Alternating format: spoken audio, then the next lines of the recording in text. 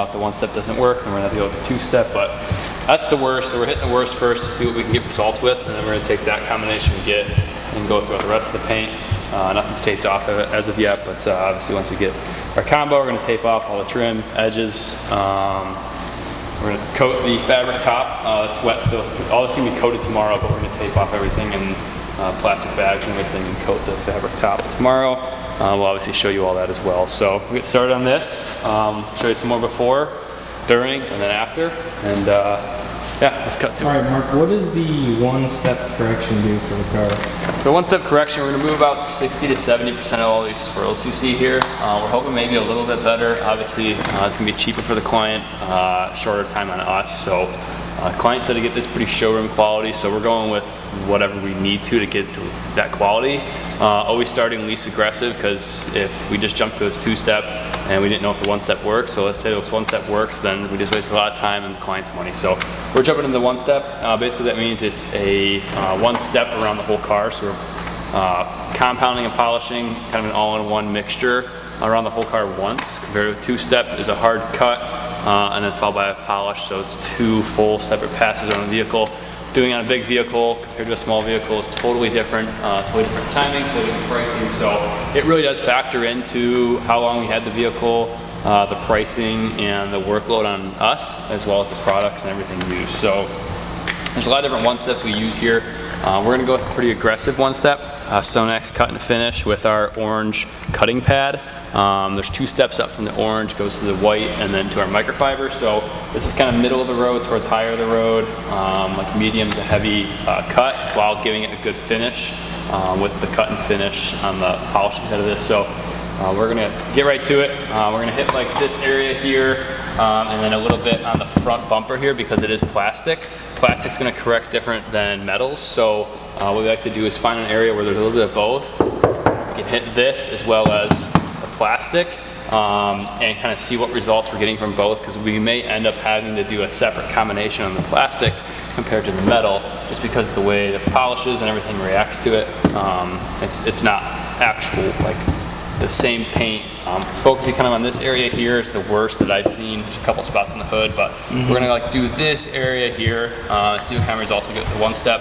Just doing 3 to 4 passes in a little square. We call this our test spot. We do it on every vehicle, and then we'll get to it. If it works, it works. If not, we'll have to jump up to another one and kind of see how it goes.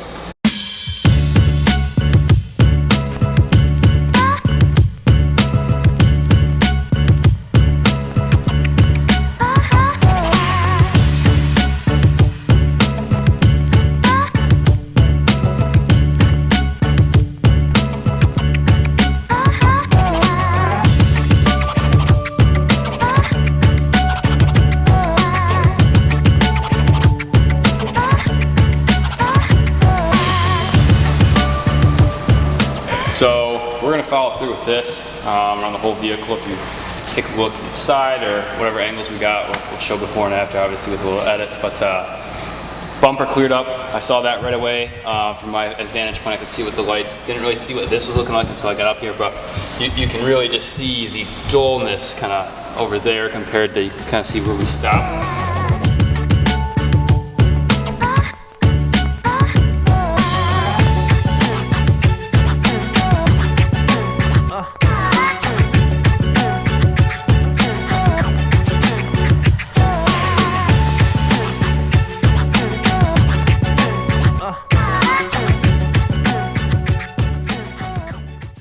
I'd say probably 90 to 95% removal, which is what we aim to get with our two-step. But again, we always try to go at least aggressive as possible.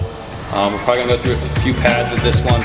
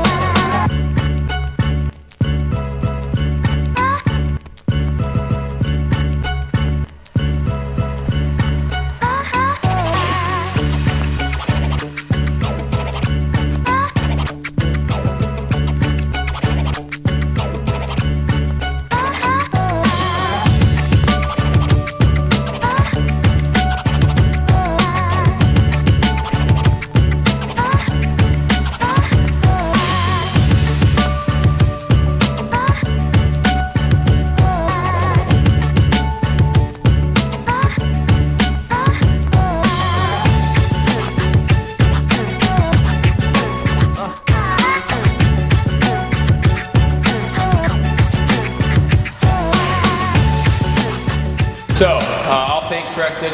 Take a look. Looks very well, nice. Got everything out of it. There's a few areas over here that kind of have something that I dropped on it as far as like an acidic chemical or bird poop. It's actually like cracking in the clear coat, so we stayed away from really working at those because that's not really going to come out. Possibility to come out with wet sanding, but it's just not something we're hoping to achieve here today, and not worth the talks with the client. So we're not going to be going over that anymore. So now, next up, we are going to be coating this vehicle with our 5-year signature coating, IGL Kenzo. Kenzo is a 5-year coating. What we have here is the base coat for Kenzo. We're going to be applying this around the whole car and then waiting about 3 hours before we layer on top coat. Again, this is going to give you the look of this vehicle. You'll see it when it's done as well. It's going to look a lot better. It's going to be easy to maintain, easy to clean. It's going to look awesome all the time. All around, it's what we do here, ceramic coatings. So it's our bread and butter. 5 years our go-to for any vehicle. And we're going to get working on it. And yeah.